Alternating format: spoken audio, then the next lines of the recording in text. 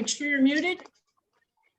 And also make sure your camera is off because we are recording, as you just heard. So enjoy the program, and then we'll touch base again for some Q&A and then some community announcements when they're finished. All right, Michelle, thank you. Just as a point, oh, there it is. Okay. Yeah. Couldn't find Celia, but then I found her. Okay. Okay. Do you see that? All right. Is my screen sharing? Yes. Are you going to put it in the slideshow? Yeah. Yeah. Okay, cool. Yay. Awesome. All right. Well, thanks everyone for being here and being interested in what we do. Very excited to present to you guys. My name is Michelle, and I am a sustainability professional. I work for a national food manufacturer as an environmental and sustainability coordinator. So I spend all day working on environmental stuff, and then I go home and do more of it.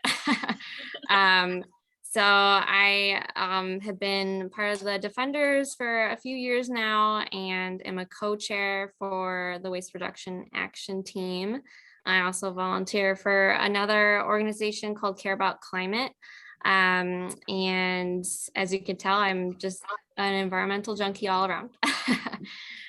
So with that, we'll get started here. Just a little background on our team. I'm sure, as you guys can tell from the name, we focus everything on waste reduction, specifically reducing waste at the source.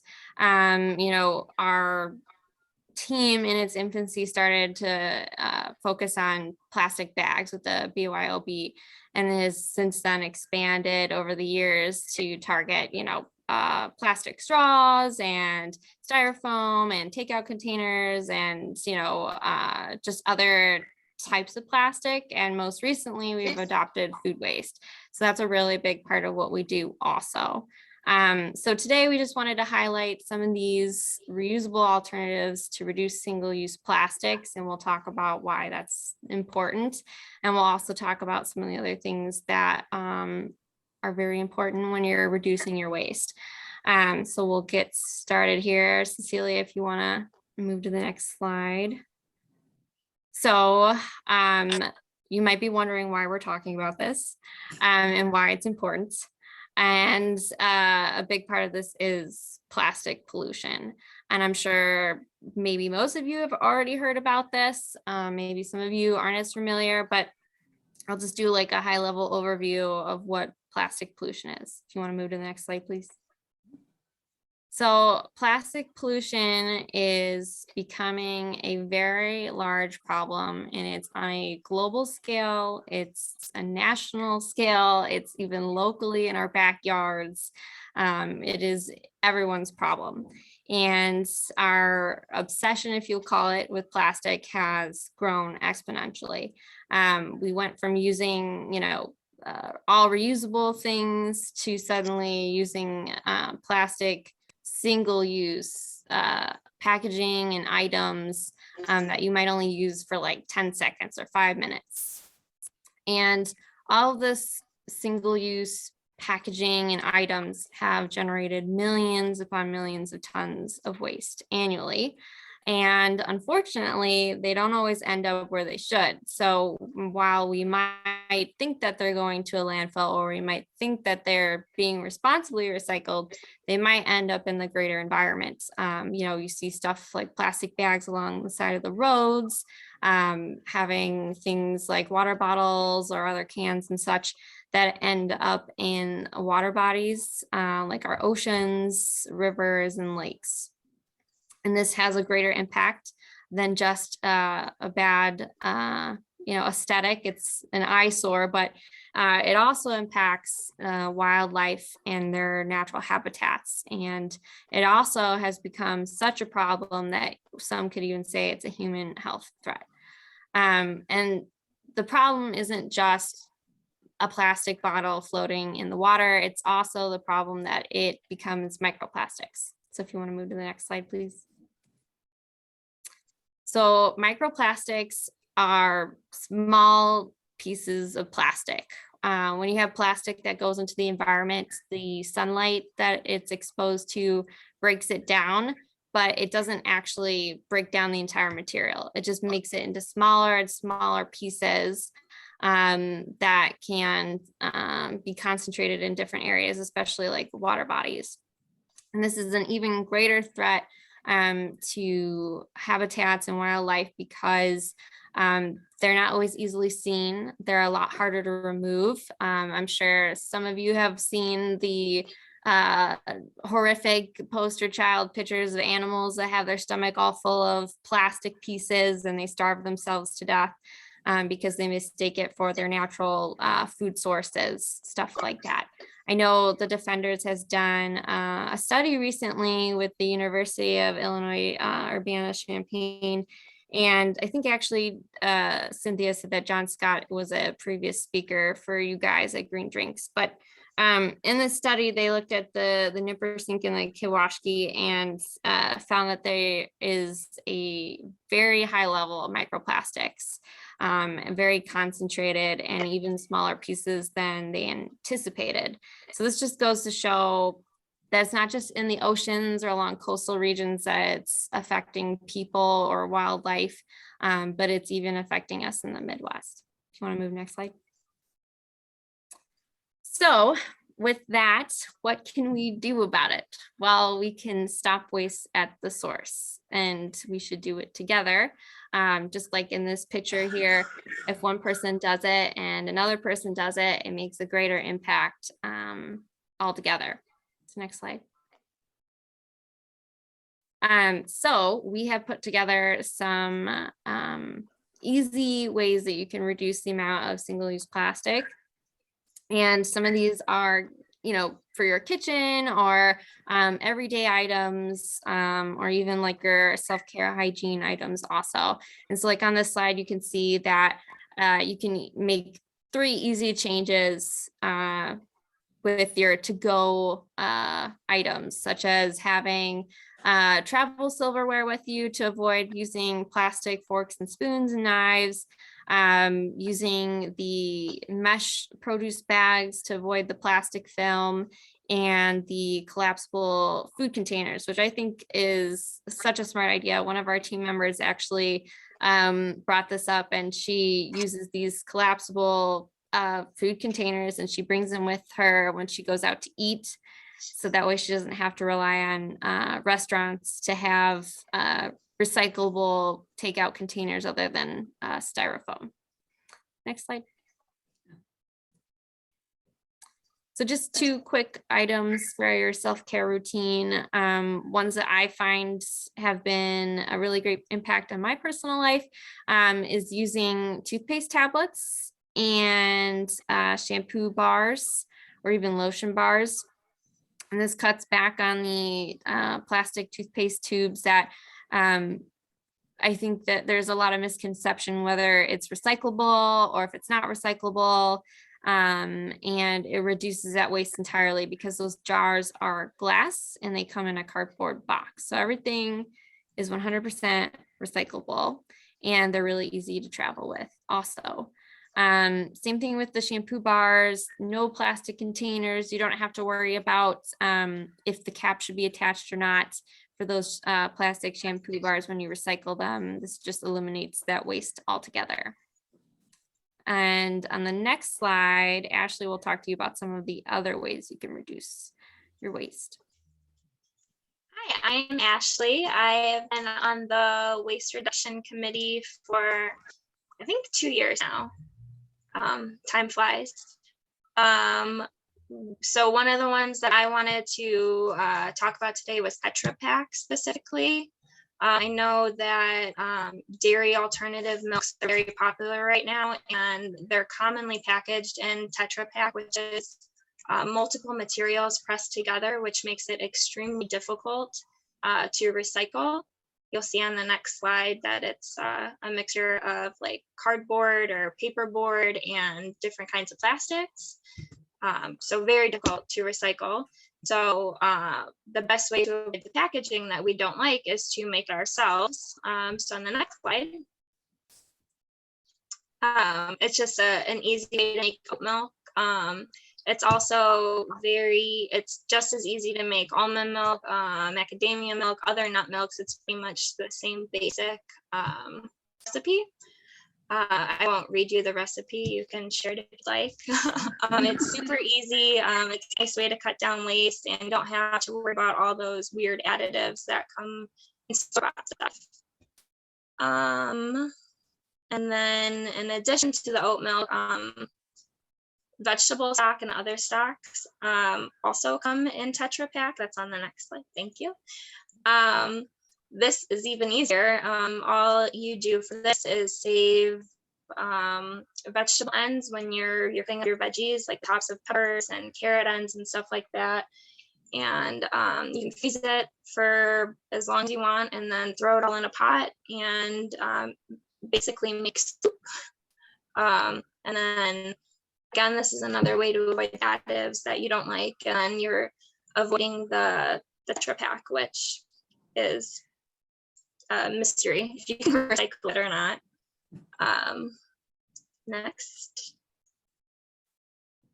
This is a swap I made last year, which is getting away from plastic containers of liquid laundry detergent, which in itself is plastic containers.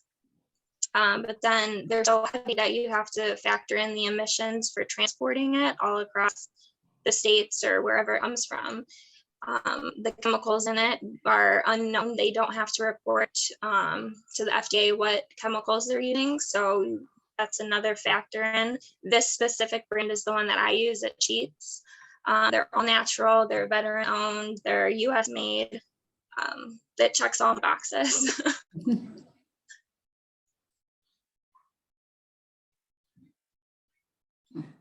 And then I think Cecilia is going to take over from here, right?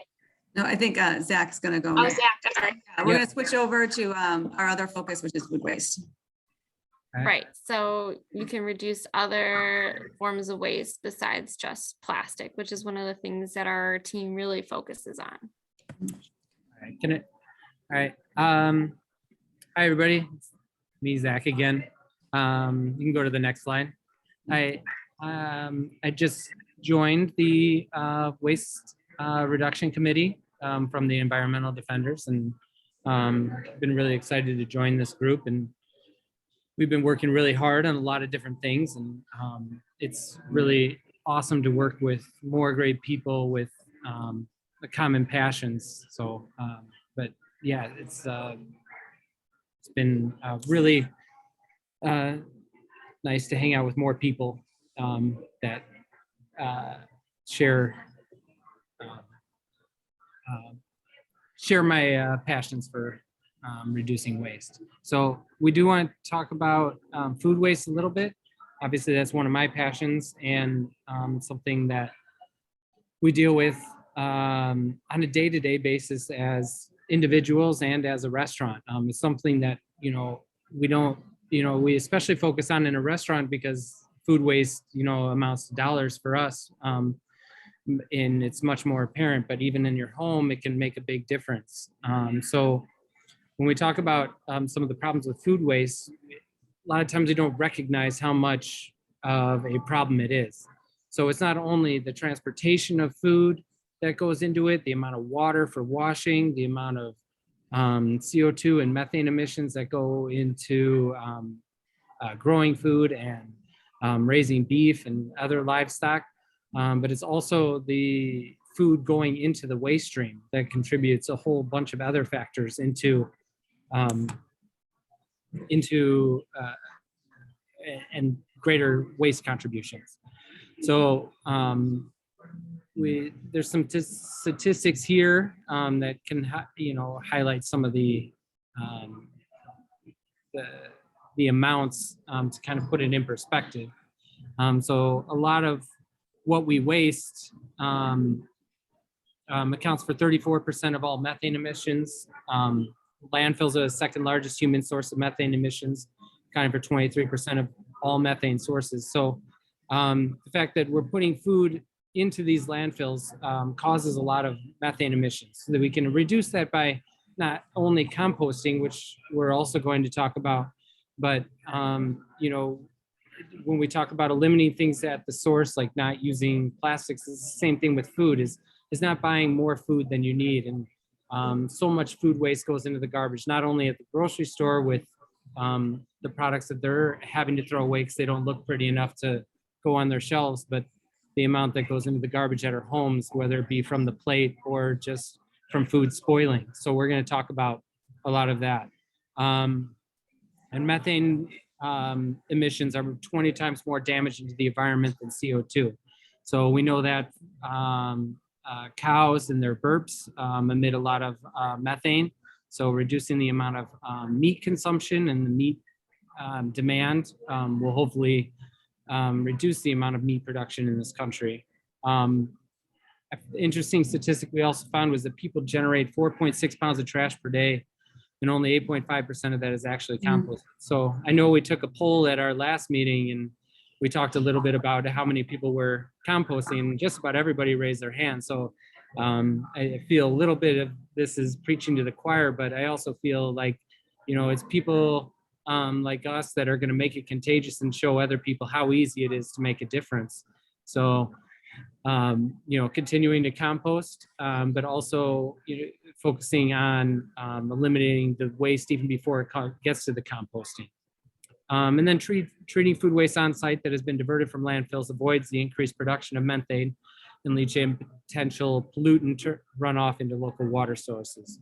So, getting the waste stream to be much cleaner. We have the resources to do it now. And it's amazing that we haven't latched onto this quicker and made bigger changes faster, but we are, as a group, as the waste committee, we're working really hard on helping McHenry County make a change for that. Next slide, please.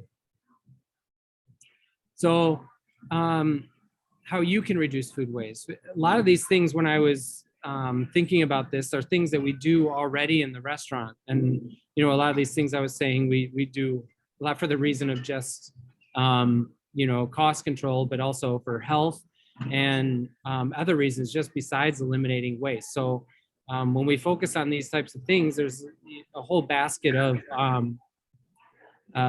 benefits to it. So sourcing your food locally, obviously the less distance food travels, the less CO2 emissions from the transport, the less packaging, and the riper your food will be.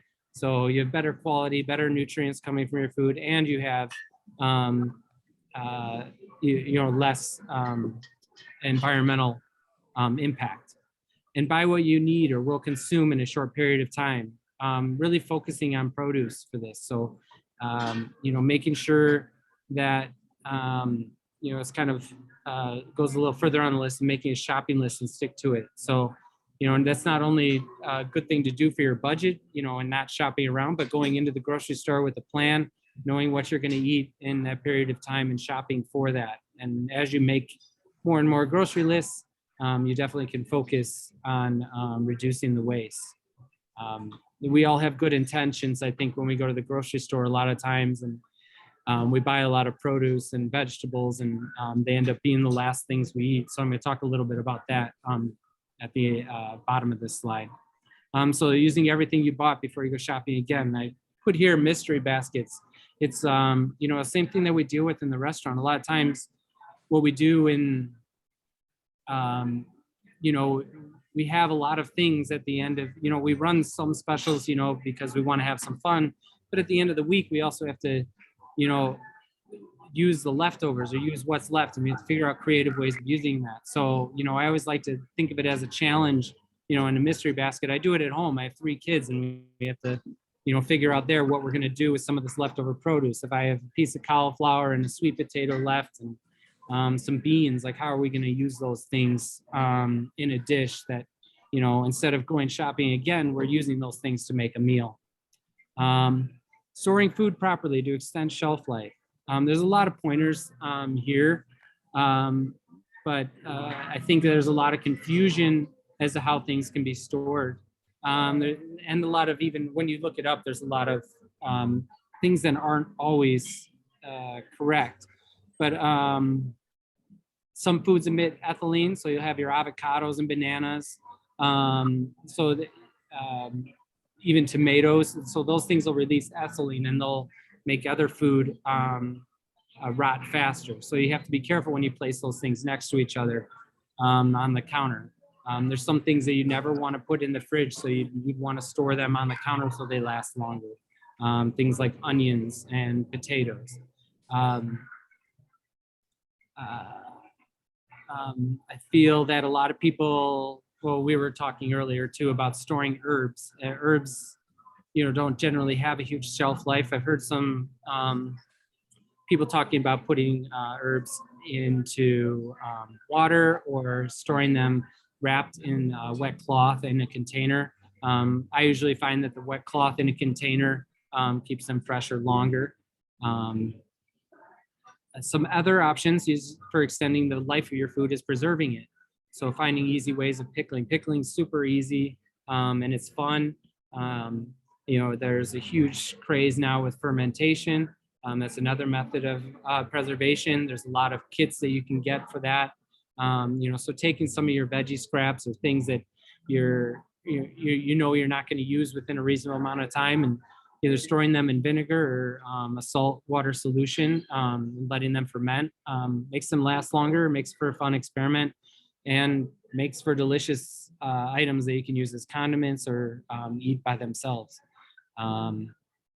Eat more produce. I can't ever stress this enough, for many reasons, but by eating more produce, we save the planet from the stresses of a lot of meat production. I've mentioned a few times before how many calories it takes to it takes 10 times the amount of calories to produce 1 calorie of meat or beef than to produce it. So when you eat produce, there's less environmental impact on those items. There's less that goes into it, and it's actually healthier for you as well. Another thing I mentioned is eating ugly produce. The things that you have on your counter that are rotting, or not necessarily rotting, but reaching those stages that they're not necessarily pretty, can make delicious items as well. Using them as cooked items or throwing them in pastas. One of our favorite things to do, it's at the bottom of this list, is doing zero waste muffins and using vegetable scraps and fruit scraps and making a basic muffin mix and substituting out, the nuts and fruit in that mix for some of your vegetable and fruit scraps. And then keeping your refrigerator organized is hugely important. My employees will tell you themselves how much I stress about this, but if you can't see it and it's behind something, you're not going to know. You may have forgot you bought it, or it may just rot and go bad before you even use it. So, buying what you need and keeping your refrigerator organized is really going to help eliminate food waste, because you'll start using the things that you see starting to go bad. And I also talked about this a little bit in December, is was making homemade stock. I think that bone broth stock, those types of things have a lot of craze. I'm sorry about the background noise. I hope that you can still hear me. But I don't have a lot of options there. Making the homemade stock, that'll be, that it's great for soups. We talked about making a vegetable broth that you can store in the freezer as well. So those types of things help extend the shelf life and use more of the animal. So if you are able to order a whole chicken and you can use all the pieces of the chicken, it's going to make several different meals from one animal. Food waste. Some other ways of looking and keeping inspired in your kitchen. I left a couple little Instagram handles here that you guys can look up. The food waste experts and Kids Eat in Color. Kids Eat in Color, I think getting kids to eat more vegetables is super important to help eliminate waste. And then the food waste experts has a lot of pointers and something to keep you updated and fresh on things as you go along. So I hope I didn't take up too much time. I'm gonna throw it on to Cecilia. All right. Okay. So I'm Cecilia. I am one of the other co-chair for the Environmental Defenders Waste Reduction Committee. To be honest, when I first started this, I was pretty overwhelmed and thinking how can I help other people reduce their food waste? How can I help people compost?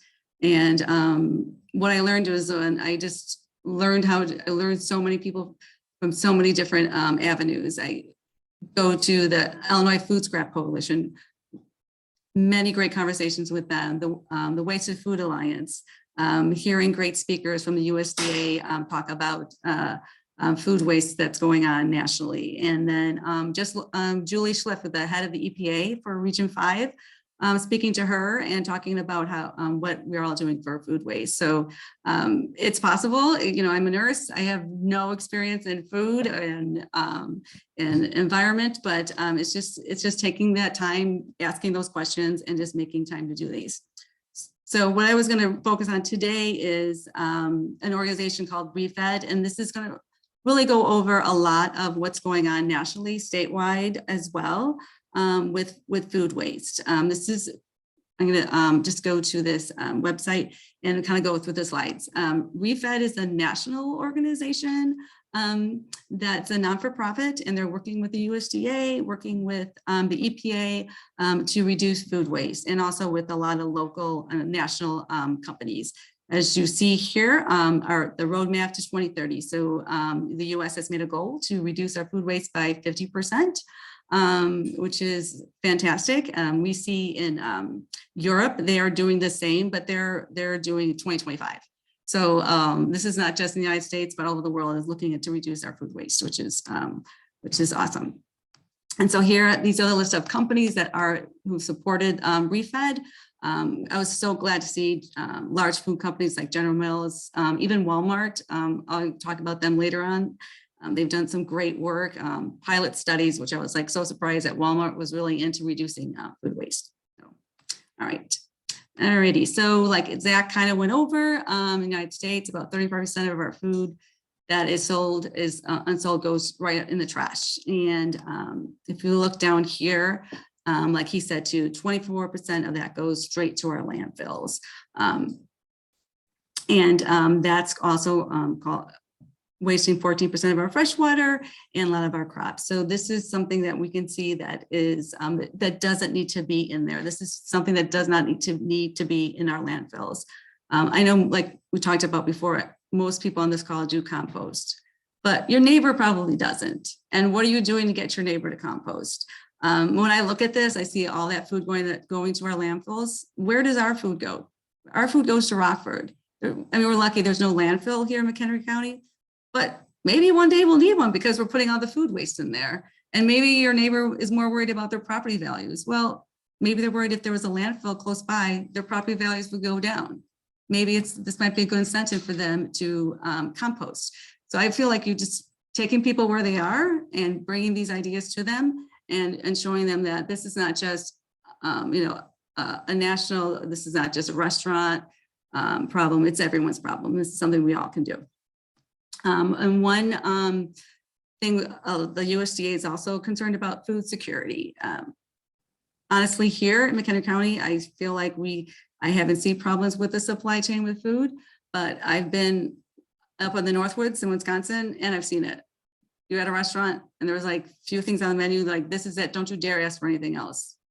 Order pizza and a salad. We have salad, we have no dressing for you. So sorry. So the USDA is very concerned about this, and they just came out a couple of weeks ago and they're giving lots of $1 million grants to schools who are in areas where there's a lot of food insecurity. So I'm glad that the USDA is working on this and concerned about the food insecurity because of COVID.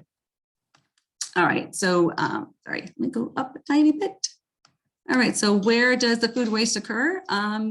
So on this slide, you see 21% comes from farms. One great thing that's happening here in Illinois, the Illinois Institute of Sustainability, which is out of the University of Illinois, is doing a lot of research on gleaning, which is when you're looking at the farms and trying to, with the farm equipment, trying to get every single piece of produce off the land and not wasting any food at all. So that's what we're seeing now in Illinois, which is pretty exciting to work with that. I know they're looking at machinery and people going in there to try to glean out all that extra produce. And you see here homes, once again, that's us. 37% of the waste occurs in our house. So like I said, I know most of you here are composting, but what are you doing to get your neighbors to compost? My little neighbor next door loves my compost. He likes to look in it. He likes to tell me when it smells, when I need more brown. And so I'm going to challenge my neighbors and just give them their kitchen compost. I mean, that little thing on your counter, how easy is that? How much faster is it easier to finish your dinner, cook your dinner, because you have that little compost there, you're chopping up and goes right in there, making it easy for people, making this a, this is just another garbage can. Yes, there's no liner, it's just another garbage can. You don't want to keep it, throw it in my compost. So I challenge you guys to find a neighbor who you think can help compost. All right, so all right, that was the COVID. And then so here, this is what ReFed has done. It's very exciting. They found 40 solutions that can help reduce food waste to get to that 50%. And if you look at the impact, it's pretty substantial. 4 trillion gallons of water would be saved. This is annually, 4 billion meals for people in need, and $73 billion in financial benefit. So a lot of good reasons to reduce your food waste. All right, and then here we go. These are just the key action areas. Prevention, rescue, and recycling. So preventing, coming from the source, not allowing that to happen. Rescue, we see that going pretty well here in McHenry County. I do work at the Lake in the Hills food pantry, and we see a lot of food rescue. We get food from Aldi's, we get food from Costco, we get food from Jewel. Not everything is perfectly rescued at the right time, but there is a large amount of food. I can't remember the exact number. We had the Northern Illinois Food Bank came when I was there, and the amount of food that is saved through that exchange, through those opportunities is very big in Illinois. And that's one thing hopefully we're also going to start working on, looking at where the food waste is, where can we rescue it, and where the food pantry is versus the stores, and how can we overlap these areas. All right, and then here we go. And so this is the optimizing harvest. I didn't really want to get into that. I was just going to go down to here we go, about reshaping consumer environment. So this was really interesting studies that have been going on. So the University of Cornell just looked at a study and look at people's plates. So normally people naturally fill their plate or bowl 70%. And so it's about reducing that plate, reducing that bowl, and then you automatically are reducing food waste. A large company, Bon Appetit, they do a lot of catering. They do a lot of, when you go to restaurants or hotels where it's a lot of, you're in a line to pick up your food. So they looked at just getting rid of the trays. So instead of having a tray in the food line to pick up your food, you just have your plate. Just doing that, they reduced the amount of food waste on a plate by 50 to 70%. So if let's see our schools do that. Don't give it a tray, because it's that mindset. The EPA has done a lot of research on that. It's looking at, you see you're holding that tray, you feel you need to fill it. You look in your pantry, you probably have more room than you need, but you feel like you need to fill it. It's getting rid of that mindset and thinking about what we need, like Zach went over. Just getting what you need. Instead of your recipe calls for 1 cup of yogurt, just buy 1 cup of yogurt. Simple things like that can really help reduce the food. Also, another study that was done is through what Walmart did, which was pretty exciting. They were looking more in the in manufacturing, and actually, which I was really surprised. Walmart is 25% of all the food share is Walmart, that they carry that much of the grocery in the United States. And what they did was just putting microchips and looking on their shipment containers and watching spoilage and seeing how far things are going to spoil. And so about changing the routes of food just to decrease the amount of spoilage. So there's a lot that can be done that's very simple that we're seeing here in the United States, which is pretty cool. All right, and more about, this is talking about food rescue, which we kind of talked about already, and then recycling the remaining, so composting. So if we look here, like one of the main ways we can do it is centralized composting. If you wouldn't be surprised, there's only one state in the United States that mandates composting by each hauler.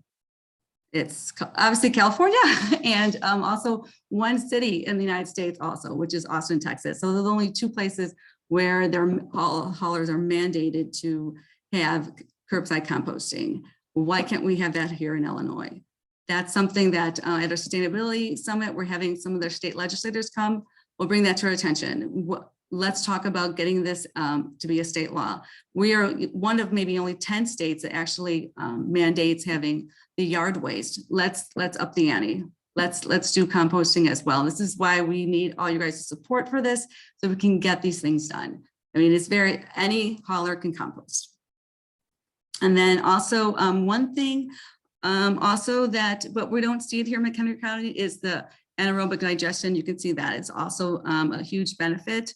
UIC here in the city, not on Champaign, they're doing, they got a huge grant from the EPA on anaerobic digestion, and they've done research with farmers, and they actually will consult city water reclamation districts about how to get more of the anaerobic digestion, how to get more of those biosales to get the fertilizer out of there. So really great stuff going on here locally in Illinois that we can definitely be more a part of.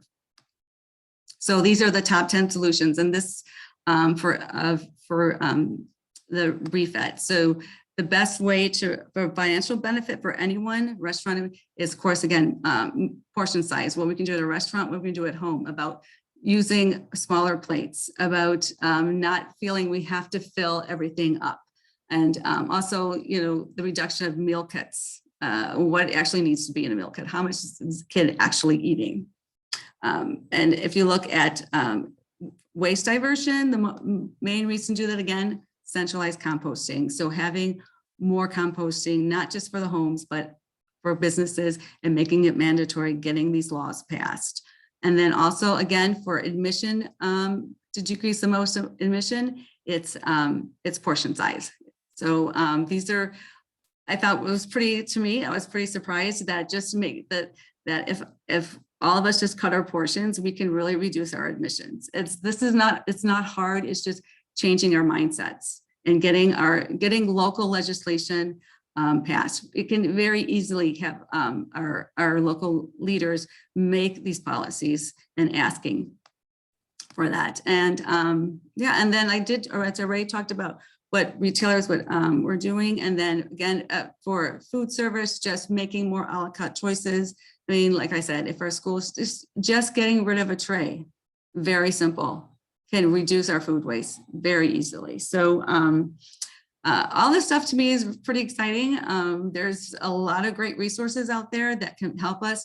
If you guys ever wanted to do, have your sustainability, if your town has a sustainability committee, or maybe your park district to do a whole thing on food waste, the EPA has a whole kit, and it's a whole slideshow, and it tells you exactly what to do, and it gives you great tools on how to help your community to reduce their food waste. So the resources are there. It's not, just in a few months, just planning the summit, I've learned like it's not that hard. We can do this. We just need all hands in.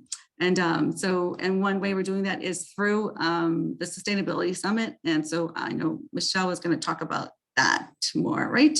Or do you want me to go on with that? Sure, I can talk about it. All right. Do you want to go back to the other slide? Yeah, hold on. Just give me a second. I think it's just the tab at the top, Oh, okay. All right, hold on. maybe. This thing's on top. Okay. Oh, here we go. Yeah, There we go. there we go. Okay. Did I skip? Great. Oh, here we go. Yeah. So we talked about a lot of good information, and you have plenty of reasons why waste in general, whether it's plastic pollution or food waste, is a big problem, and we should tackle that. And so our team, like I said earlier on, this is what we do. We try to reduce waste, and instead of reaching out to everybody individually, we decided that we would probably be more effective to do it as a county. So we're holding a countywide summit, and it's going to be January 31st, 2022, which is this year. And it's targeting restaurants, municipalities like your village board members and schools. And the ultimate goal is to create goals, a countywide goals that we can all agree upon, and use it as a baseline, so we're all working towards the same thing. This isn't open to the public. This is an event for like restaurant owners and school officials and village board members, but we do need your guys' supports to encourage your village board members to come, to encourage the school district officials to come, and any restaurants, and to also, after the summit, just hold everybody accountable, check in, see if they're actually making any progress on those goals. I think there's a last slide for that one, but we're very excited about the summit, and we definitely plan to keep you guys all updated on how that goes. I know our team has been working very hard. So with that, thank you guys all for your time. I think we do questions next.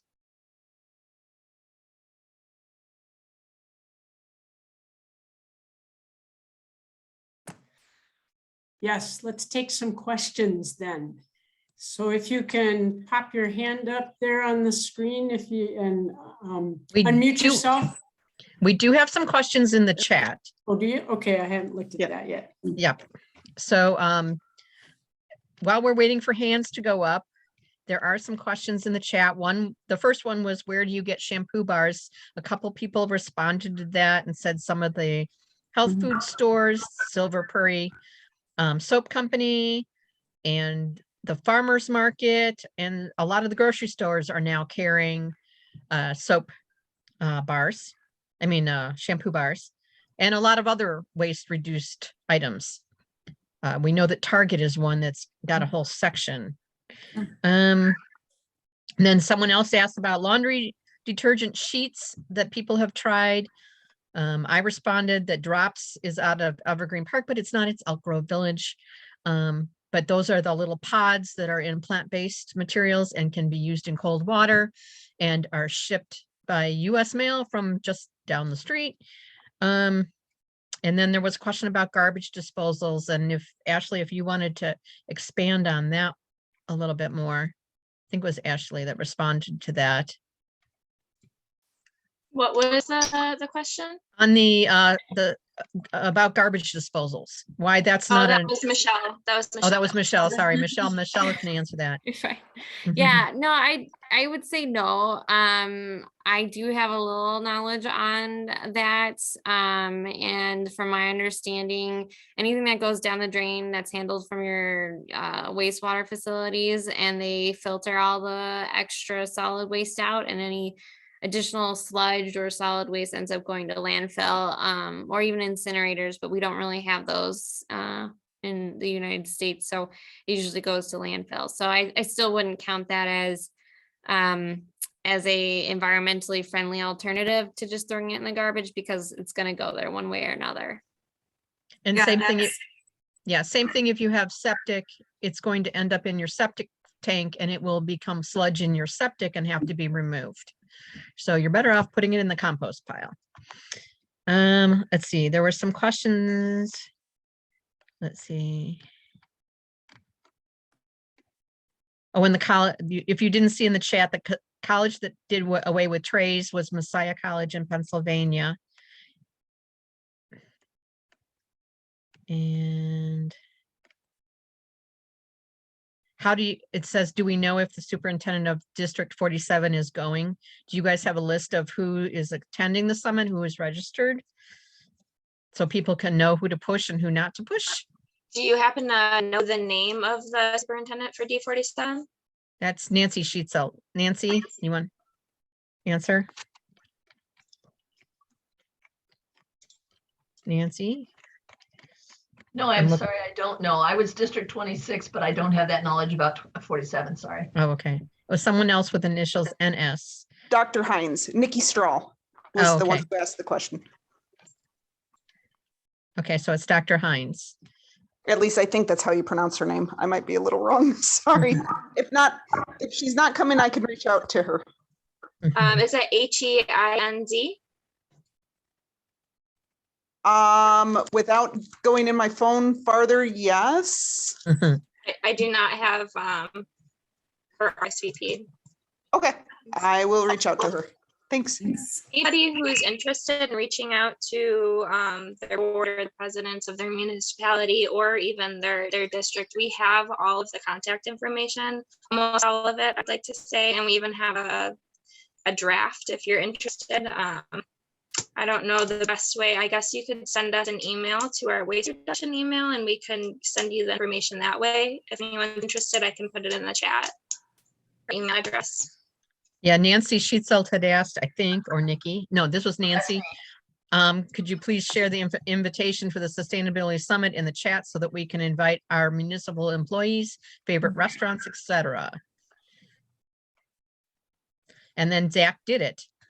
He put in the Sustainability Summit flyer is in the chat. He's efficient. Okay.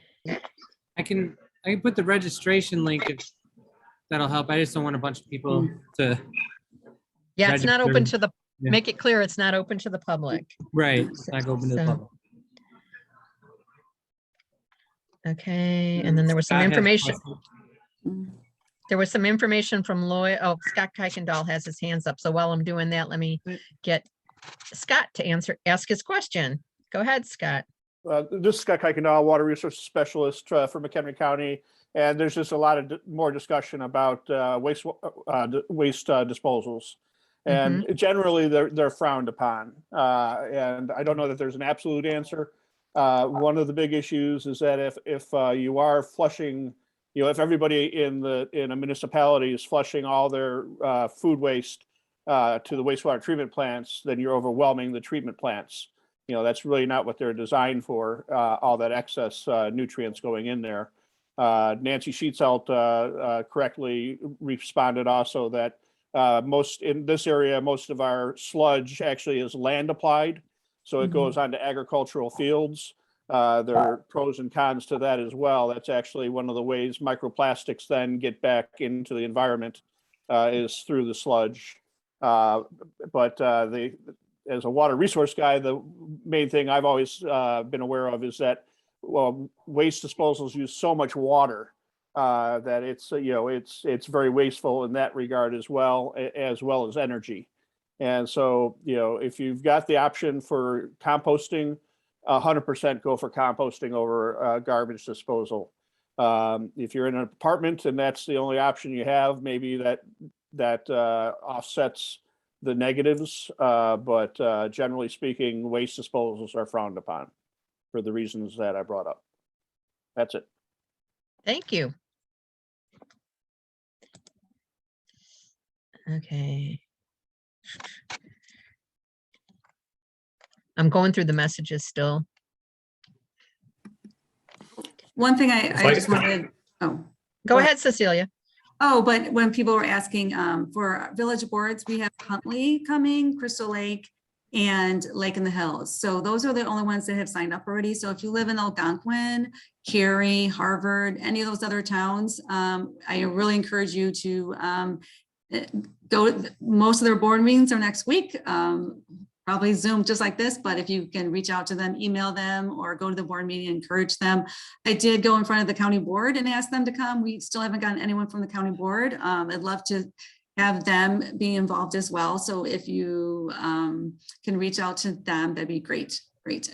And just to make sure everyone knows that there's a Zoom option.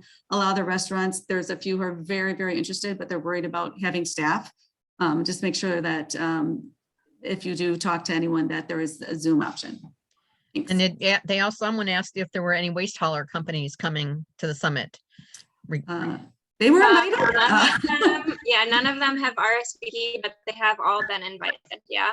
Yeah, that's really common. I met with their in Wichita State, there is a sustainability office, and they've run 5 food waste summits. And they said, you can invite them, they'll never come. So she's had 5 in 5 different cities across the Midwest, and no hollers ever come. So, but we will see. Okay. Dwight Dalton has a question, and he is now unmuted. Not really a question, just a little bragging. We need to do the Defenders years ago. Got the Crystal Lake food pantry started on a composting project, as well as we granted them some money for cardboard recycling. And I think that the organization should continue doing that, getting other nonprofits, let's say, or businesses going by, granting them money to get started, helping them learn how they can recycle cardboard or compost. And you want to stop by sometime, the food pantry. We've got people in there that take all the materials that comes in, let's say from Walmart or Sam's, and the stuff that's outdated that we cannot give to the customers goes into the composting, or to farmers that take it for feed. Anyway, that's end of my pitch for the Defenders and what we've done. Great. Thanks, Dwight. So actually, ahead. the composting is something that we as a group are working on. It just it's on the back burner right now with the summit coming up, but it's something that we want to get all of the local food pantries to do. So that is one of our projects. Yay. Any other questions for our presenters? Oh, Gary, let me get Gary unmuted. Okay.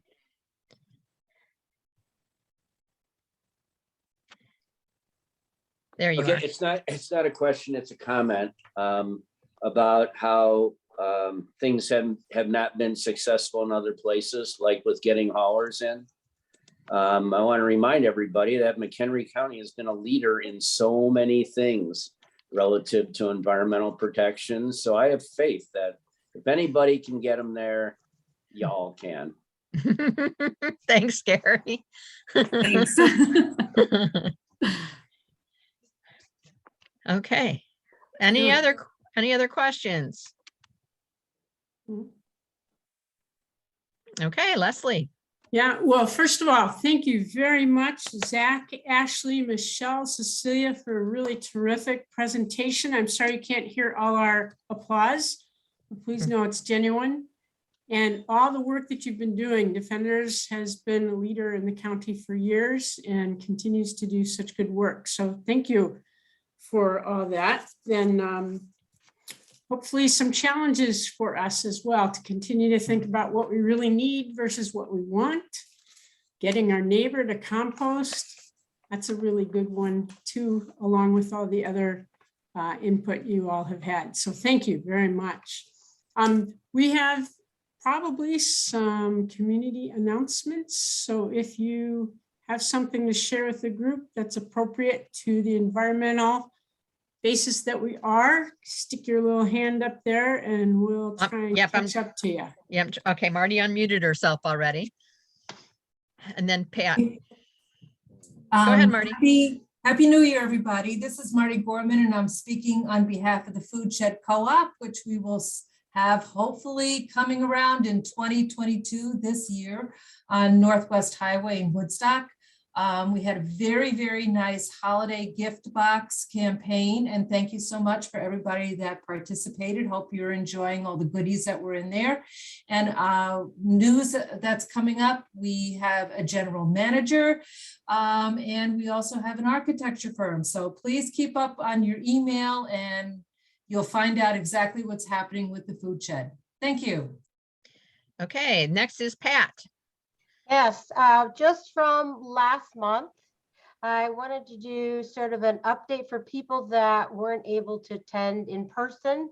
The things that we were able to enjoy. Duke served us smoked sweet potatoes with curried cauliflower and red lentils was awesome. Crystal Lake Brewing served a Boathouse Reserve barrel-aged imperial stout. It was amazing. And Mantera Wines served a 2016 Mantera Right Bank Bordeaux. Bordeaux. Bordeaux. Bordeaux. Thank you. Was a Bordeaux. Bordeaux blend, thank you. So wanted to just give an update for those that weren't able to enjoy that. Okay, Destiny is next. Hello, the Environmental Defenders Education Action Team will have a movie this month on January 24th.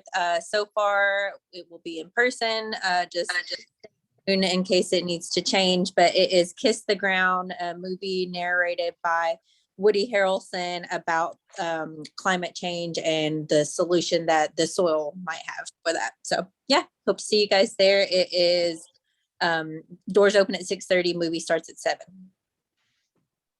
Carolyn, you have your hand up.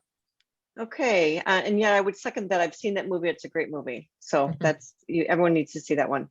All right, so obviously we're all very nature forward here with this group of people. So I don't really, I'm kind of preaching to the choir, so I won't get into that too much. But really, in order to get out of the mess we're in, we need to be. And so talking about composting and everything else is critically important. It was mentioned about 2030, about reducing our food waste by 50% by 2030. Another goal by 2030 is to also preserve or protect 30% of our open space by 2030. Now, don't quote me on this, but I believe if we continue at the rate that we are in the Chicago region and we do great work here, it would take us another 97 years, which is far later than 2030. So it's really important that we stay focused on what we're trying to do and stay supportive of the open space agencies that are here in McHenry County. Some of you are aware that I'm a trustee with the McHenry County Conservation District. I'm finishing up my term. I'm about 4.5 years in for a 5-year term. I heard about this opportunity at a Green Drinks many years ago from a county board member who said, if you really want to get involved, please participate. The Conservation District Board of Trustees is very important. And if you want your voice heard, please be a part of it. That process is coming up. We serve from July 1 through June 30th, again, a 5-year term. So that process is coming up. The applications go before the county board, their Planning, Environment, and Development Committee. So if you are at all interested, please watch for that. They'll be probably interviewing in March or April. As I said, we'd like to have an appointment before June 1 so they can be up and running by July 1. So I will be saying this again for the next couple of months. So think about it. If you have any questions, please feel free to reach out to me. I would be more than happy to answer them. This has been an amazing experience. It's an amazing group of people. And I would encourage you to think about it. It's very, very important work. So thank you very much. That's it. And thanks for today. It was wonderful. Our speakers, thank you. Okay. Pat, your hand's up again. Yes, a different topic. Citizens Climate Lobby. They brought up today about reducing our carbon footprint. Well, Citizens Climate Lobby is at work again. We know that Build Back Better didn't make it, but they are restarting negotiations with the president and others. We need to have the carbon pollution reduced by 50% by 2030. We're asking everyone to please email your Democratic senators, which we have in Illinois, this week to tell them you want climate to be the top priority. So if you would do this, we would certainly appreciate this, and we'll be moving forward on working this in this coming year. Thank you. Any other announcements? No, we'll turn it back over to Leslie. All right. Again, thank you to our speakers this evening, Cecilia, Michelle, Ashley, and Zach. A really terrific presentation and good information, good review, and some good ideas. So lots for us to work with. And remember, we may be the choir, but we do need to support one another and inspire one another. So find ways to do that for yourself and be part of community. And we're so glad you could join us this evening. We are hopeful for a healthy new year for all of you, and we will see you again on Groundhog Day, and keep your eye open for what the program will be. So take care, everybody, stay warm, and just really take good care of yourself. Thank you. Bye. I know. And Thank you. Good to see you all.